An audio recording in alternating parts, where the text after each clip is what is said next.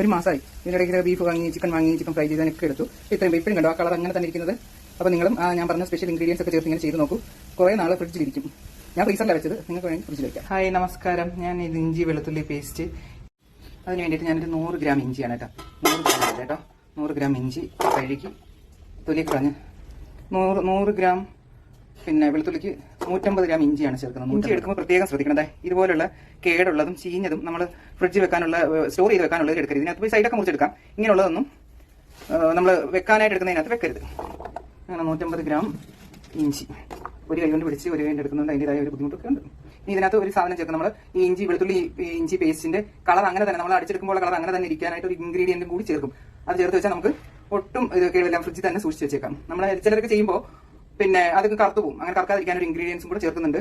വെള്ളം ഒന്നും ചേർക്കരുത്. ഞാൻ എല്ലാം തുടച്ച് വെച്ചിരിക്കുകയാണ് ഇഞ്ചിയൊക്കെ. ഇനി ചേർക്കുന്ന സാധനമാണ് നമ്മുടെ കല്ലുപ്പ്. കല്ലുപ്പിട്ട് നല്ലപോലെ മിക്സ് ചെയ്തിട്ട് നമ്മുടെ മിക്സിയുടെ ചെറിയ ജാറിലിട്ട് നന്നായിട്ട് അരച്ചെടുക്കണം. കണ്ടോ, ഇങ്ങനെ ചതച്ചെടുക്കണം. ഈ കളർ തന്നെ നമുക്ക് എന്നും കിട്ടും. അതിന് വേണ്ടിയിട്ടാണ് നമ്മൾ കല്ലുപ്പ് ചേർക്കുന്നത്. ഈ കളർ ഇങ്ങനെ പോകാതിരിക്കാൻ വേണ്ടി. വെളുത്തുള്ളിയൊക്കെ ചെയ്യുമ്പോൾ നമ്മൾ എപ്പോഴും ഇതുപോലുള്ള ചില്ല് കുപ്പിയിലേ വെക്കാവുള്ളൂ. അപ്പോൾ ഒരു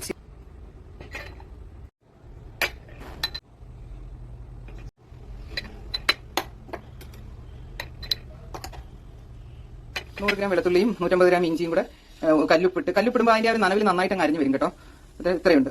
ഞാൻ ഇനി ഇത് ഫ്രിഡ്ജിൽ അതിന്റെ പുറത്തേക്ക് വെച്ചിട്ടുണ്ട്. ഇനി എടുത്ത് നമ്മൾ ഫ്രീസ് ചെയ്യുന്നുണ്ട്. അങ്ങനെ കല്ലായി പോകുന്നില്ല കേട്ടോ. അങ്ങനെ പേടിക്കരുത്.